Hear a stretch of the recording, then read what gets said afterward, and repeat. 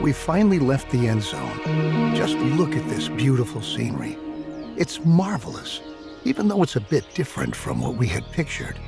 We were able to secure a few basic resources and are storing them in our bus. I'm glad we prepared ourselves well for this kind of scenario, especially since our inventories in the end zone ran low. Don't forget that if you need additional information, you can look at our survival guide at any time.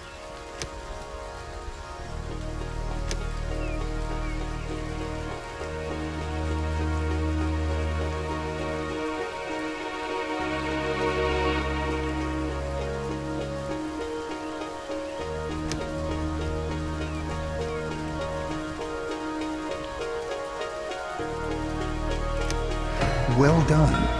Everything you need to know should be right here. I think the time has come for us to at last build ourselves a new home here. Before we can construct buildings at all, we have to assign the profession builder to several settlers so that they can take care of construction contracts. In general, it's your responsibility to decide which tasks are important and how our settlers are supposed to be distributed to attend to them.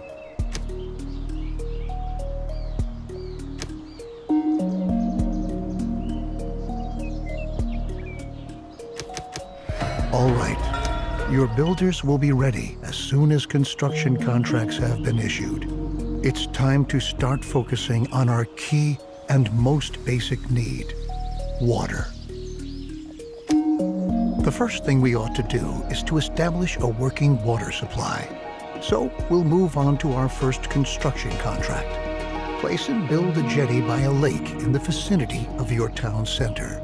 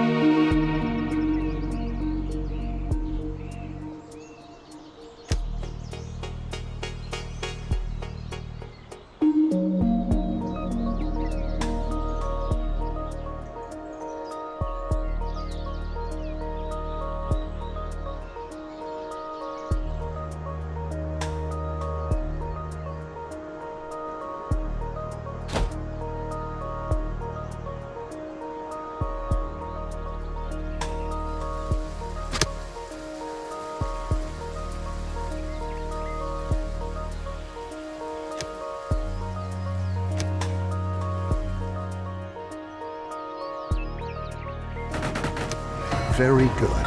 The jetty was completed as planned. Now we have a place where we can collect water. There are other possibilities to gather water too, but the jetty is the simplest and most cost-effective method. We can obtain and store water from different sources, like a jetty, rain collector, or well in the cistern. The cistern should always be in close proximity to a water source, so that our water carriers don't have to walk too far.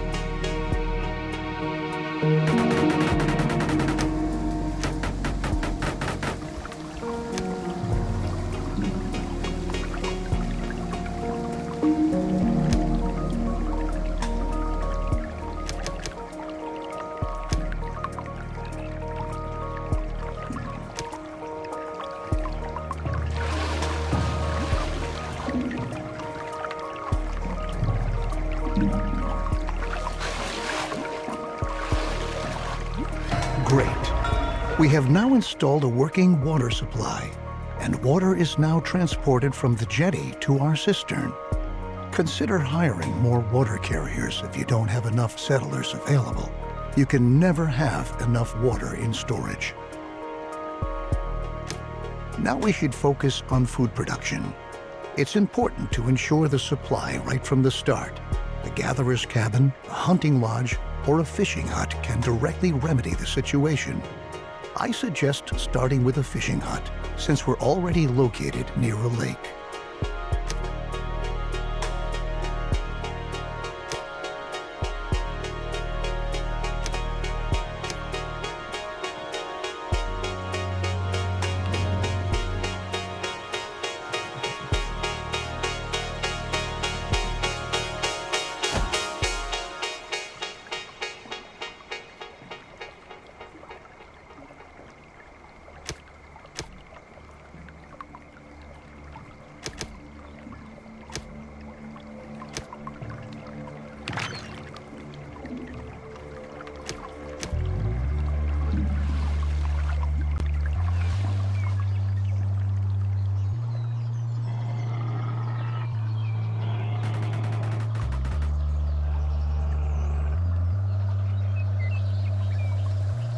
Good work. We've now taken care of our basic supply via food and water. Make sure that you have enough food and water on hand at all times, especially if you want to upgrade your settlement.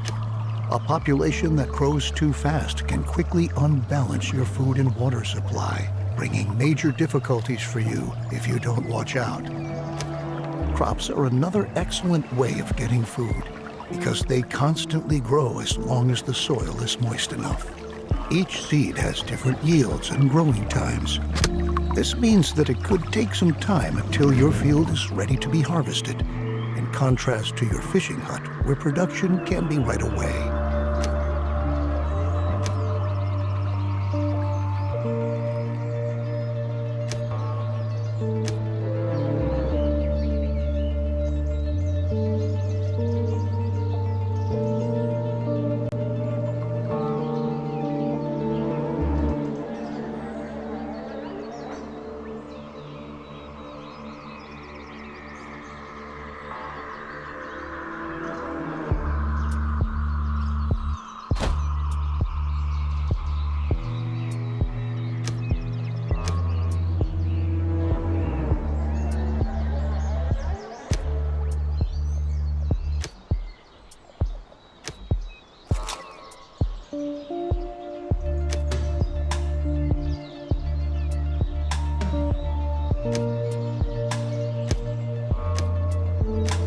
Looks good.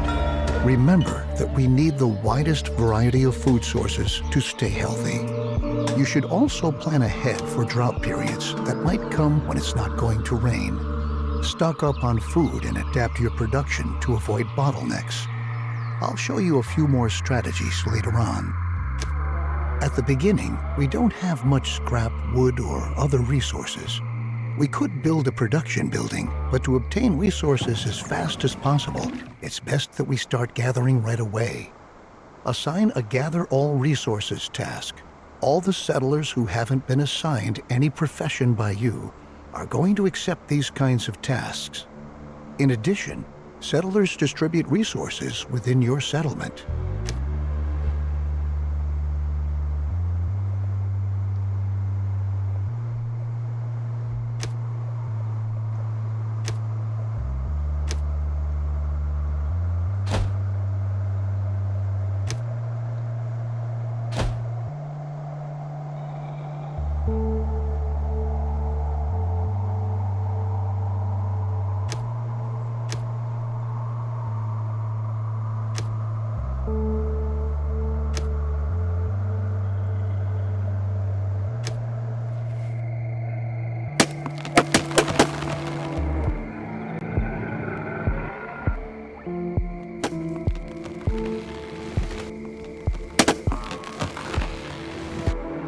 Since we now own plenty of resources, we can start to build a real production building. Then you don't have to always make efforts by hand that collecting is taking place. Production buildings are not only easier to manage, they are also distinctly more effective than simple tasks. Don't place production buildings too far away from your settlement. You'll be able to change their working area at any time later on. Right on. The best thing for us to do now is to build a forester's lodge to automate our supply of wood and make it more effective at the same time. Foresters are not only able to chop down trees, they reforest areas with trees as well.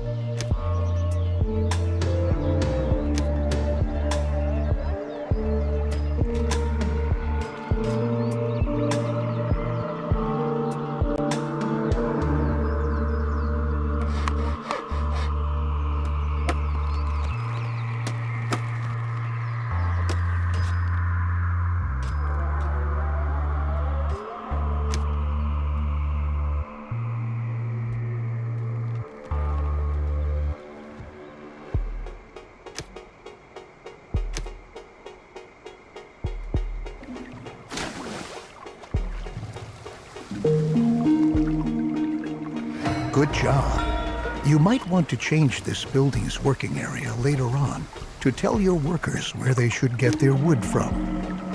And for your information, if you want, you can also tell your forester's lodge that they only ought to attend to reforesting an area in order to create a lush, green forest which generations to come can use.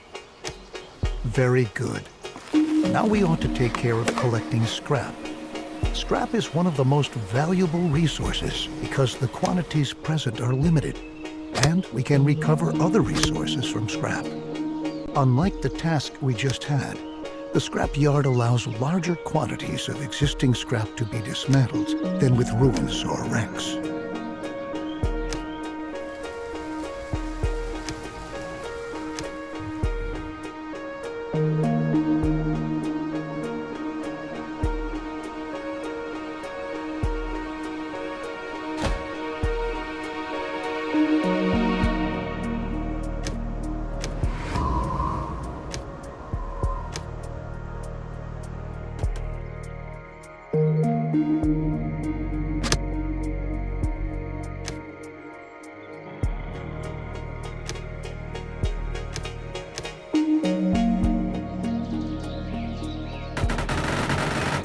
Great. You can change the working area for the scrapyard too. We can recycle scrap into 4 additional resources: cloth, metal, plastic, and electronics. We'll do that shortly, but for now we ought to take care of your settlers' needs first. Our people want a place to sleep and live. Cabins fulfill their need for safety and privacy and increase the confidence of their inhabitants. In other words, building cabins increases their willingness to start families and reproduce, if you know what I mean.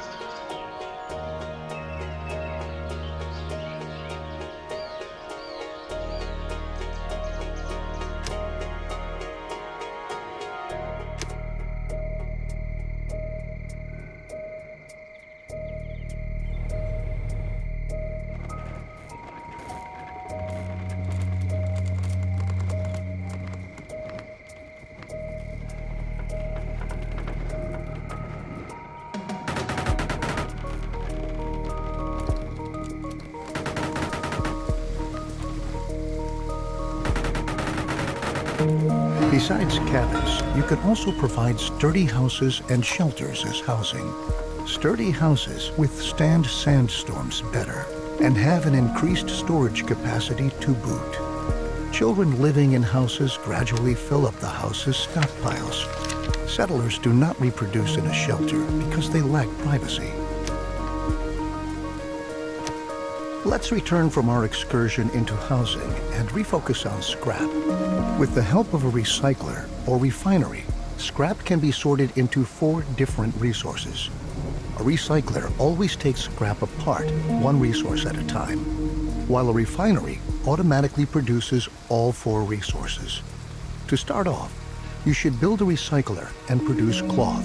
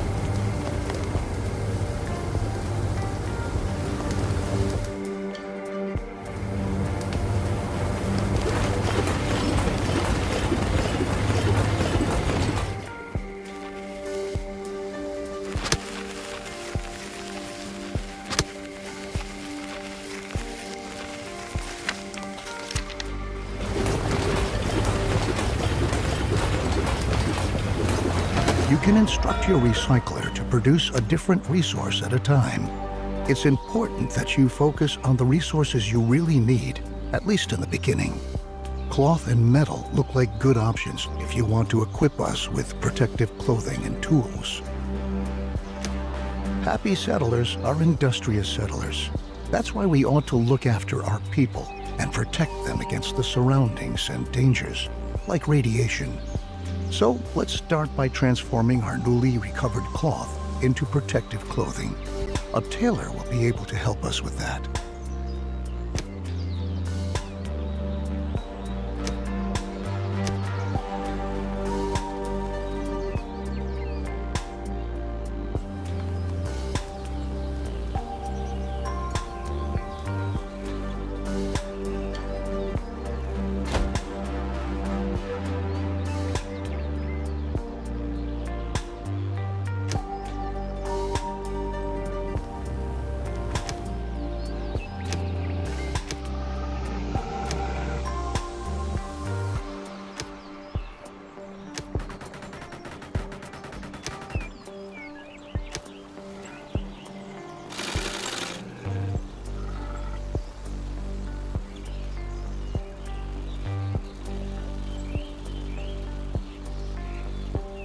We categorize environmental radiation into 4 levels: no radiation, low level, medium level, and high level radiation.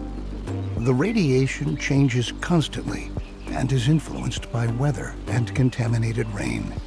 Protective clothing helps to protect us against this kind of radiation, but it takes a while before it's produced. And production relies on a steady flow of incoming resources. Try to establish production chains at an early stage and start to stockpile goods so that some are always on hand. The tools we brought along from the Endzone are slowly but surely running out. So now, let's focus on manufacturing new tools. The tools will help us to work effectively. We'll need metal for that, so we'll prepare for production by building another recycler, which we'll commission to recover metal from scrap. After that, we'll need a workshop to enable the manufacturing of brand new tools.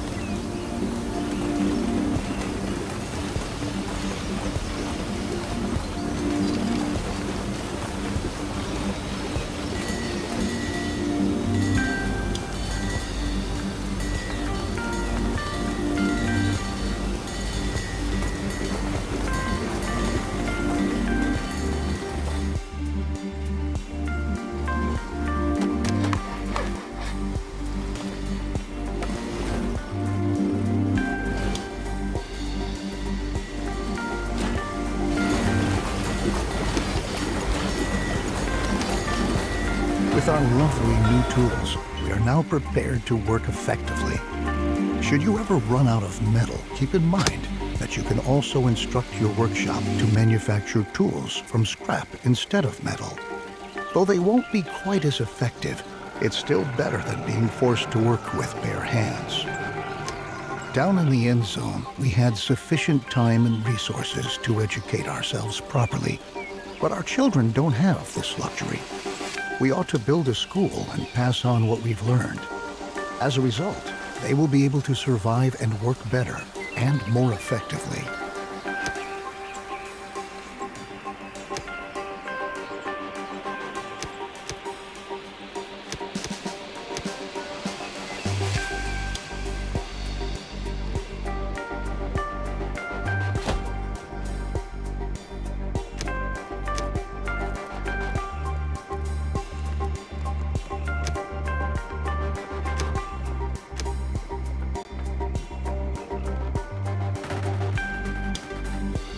Perfect. Besides the fact that educated children work more effectively, we'll also teach them to be more careful with their protective clothing and tools.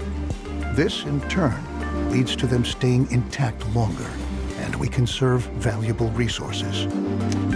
Now that our population is starting to grow, we ought to again turn our attention to the topic of food production. We are already accumulating fish and tilling our fields. A gatherer's cabin will now enable us to gather mushrooms and berries from the forest nearby.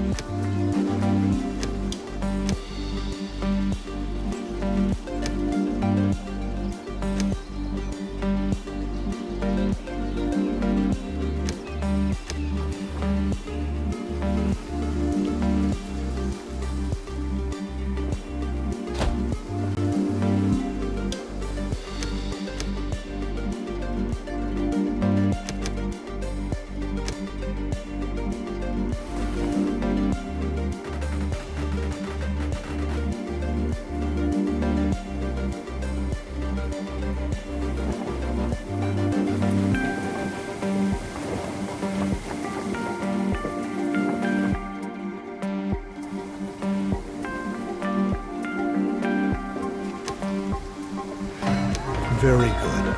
As you can see, the gatherer's cabin is an effective possibility to get food quickly. But watch out. After a drought, it's going to take some time before the plants have regrown. As is the case with most buildings, here too, you can relocate the working area at any time. Although we are sufficiently supplied at the moment, our survival depends on diligent planning. If we can lay out a plan for an orchard, then we can start to plant fruit or nut trees that we can harvest after a few seasons.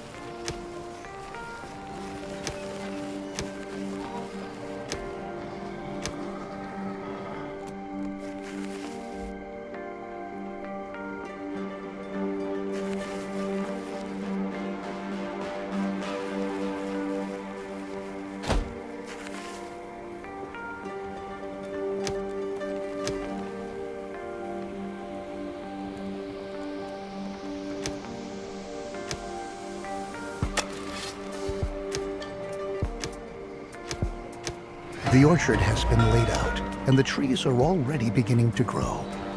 Similar to crops for farming, trees need some time until they are fully grown. But once they have grown, they can be harvested again and again until they have to be newly planted. Our gatherer's cabin gathers food from the surrounding forests. However, there are any number of other plants there which we can use as well. These plants can be gathered by an herbal hut. The herbs gathered there can be consumed by settlers to replenish their health.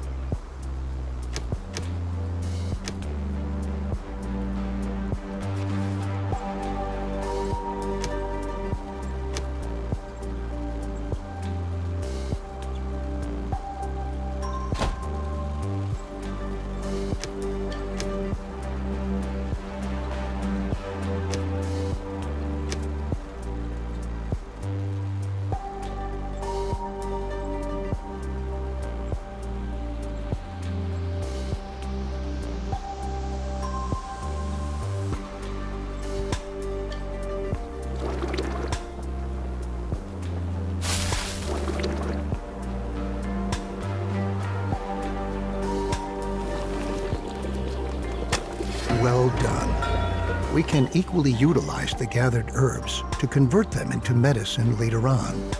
It might happen that an illness breaks out in our settlement from time to time and spreads among our settlers. That's why we always ought to have enough herbs on hand. Radiation is the main reason why the health status of our settlement can decrease.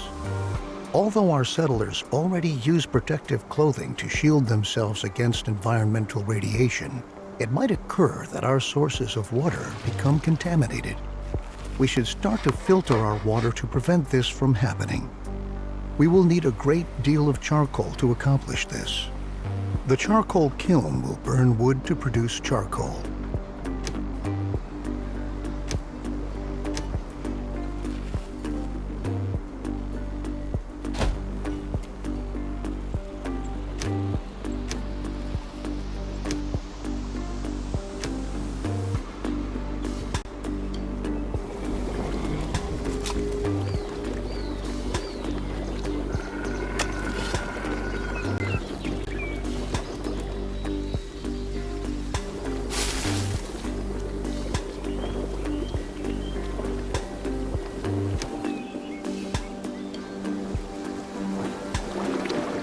great. We can use the charcoal in conjunction with a filtration system to purify our water. Unfortunately, our cistern is not able to do this. Only the water tower has the necessary equipment for this capability.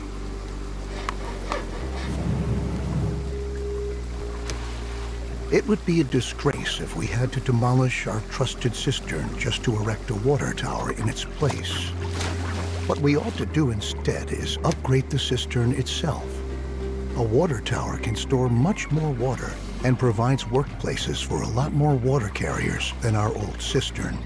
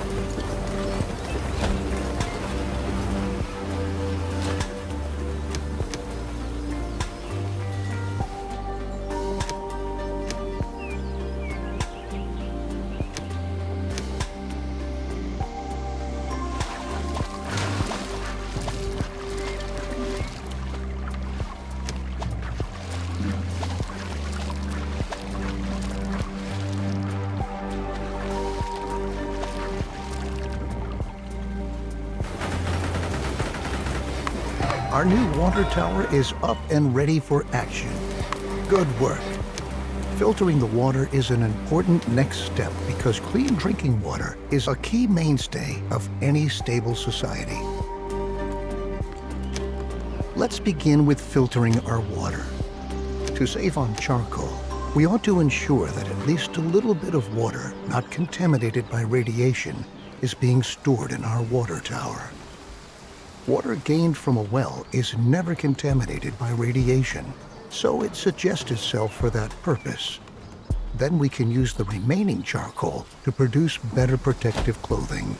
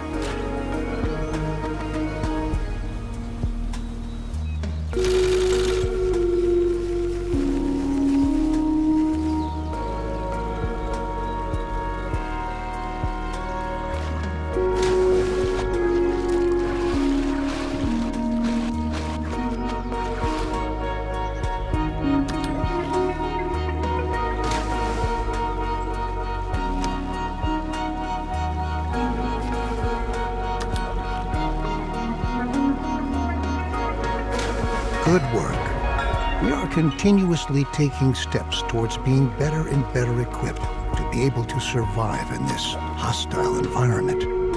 Filtered water is a precious asset, and later on we can even use it to irrigate our fields. But let's not get ahead of ourselves.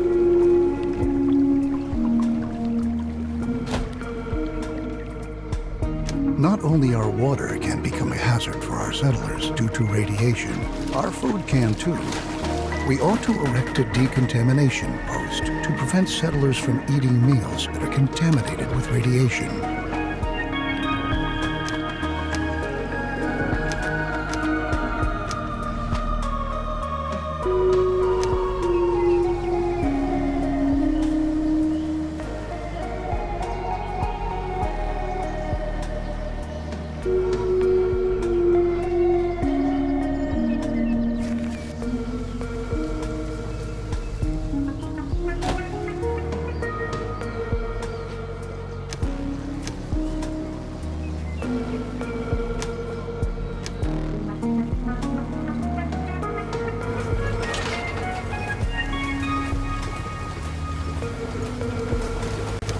Very good. The decontamination post is going to supply all buildings that stockpile food and are located in its working area in order to purify the food that has been affected by radiation. It's true. We should never forget that even when we optimally prepare and protect ourselves, we're still going to lose friends and members of our family time and again. We're going to mourn them, come what may. But if we're able to bury them in a cemetery, then we'll get over the pain and let them rest in peace.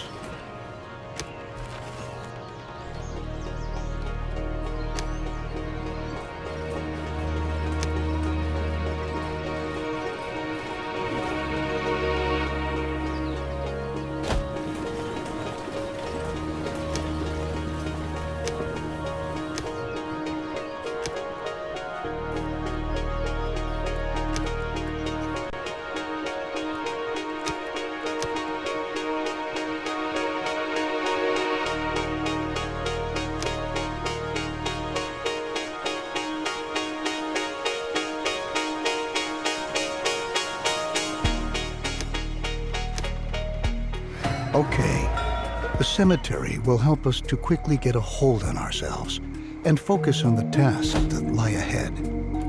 It's not a pleasant thought, but that's the way things are. At the very least, we're pioneers, aren't we? Maybe we ought to distract ourselves to lighten up the mood. We can erect a number of buildings to increase confidence in our settlement, including, for example, a campfire or a pub. In this situation, however, our best option would probably be to upgrade our town center. Settlers can visit the new town center, and by doing so, increase their confidence for a while.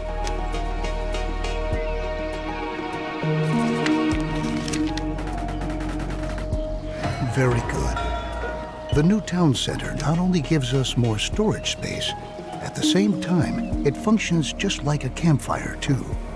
Settlers can visit the new town center, and by doing so, increase their confidence for a while. Now that we have made efforts to ensure the spiritual well-being of our settlers, we ought to attend to their physical health as well.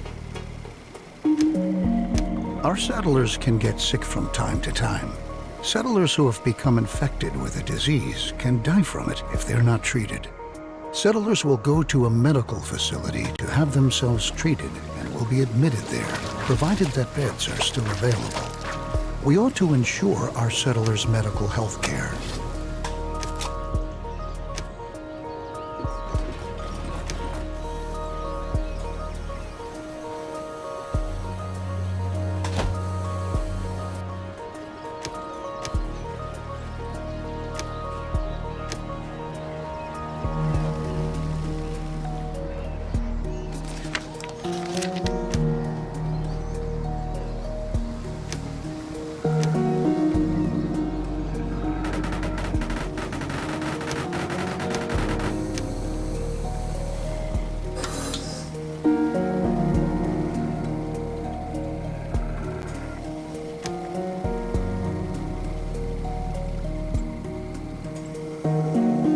With this step, we have ensured the survival of the settlement for a while. Very good work. Since more and more children are being born these days, we should start to plan for the long term.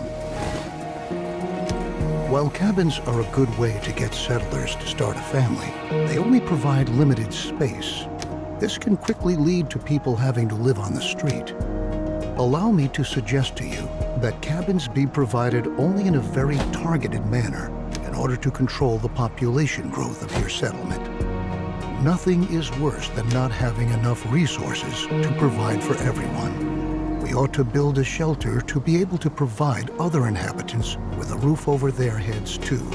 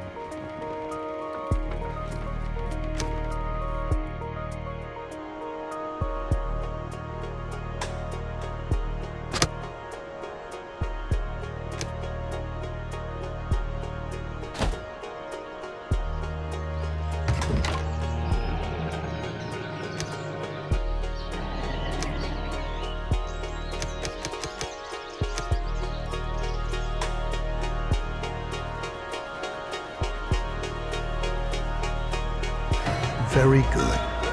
Remember that when children grow up, they're going to leave their parents' house and look around for a new place to live. It might happen that they don't find any home at all. We ought to build a shelter to be able to provide all inhabitants with a roof over their heads. I've already pointed out to you that it could become very dangerous if we were to run out of food at some point. Since a lot of people are going to be living in the new shelter, we ought to provide them with access to food in their vicinity. A hunting lodge can look for wildlife in the surrounding area to bring a little meat to the menu.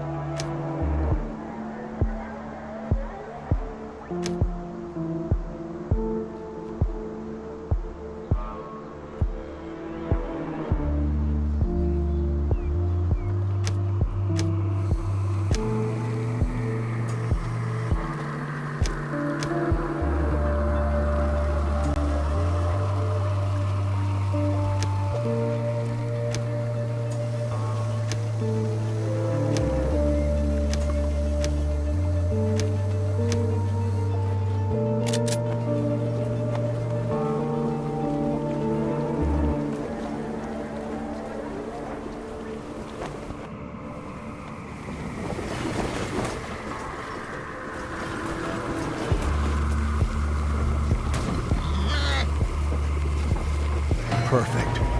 The hunting lodge equally provides us directly with food, but it functions somewhat irregularly because it relies on wildlife in the surrounding area. Nevertheless, it can be indispensable during a drought because even the deer and wild boar still roam around the forest. However, wild animals can not only be shot, they can be captured too.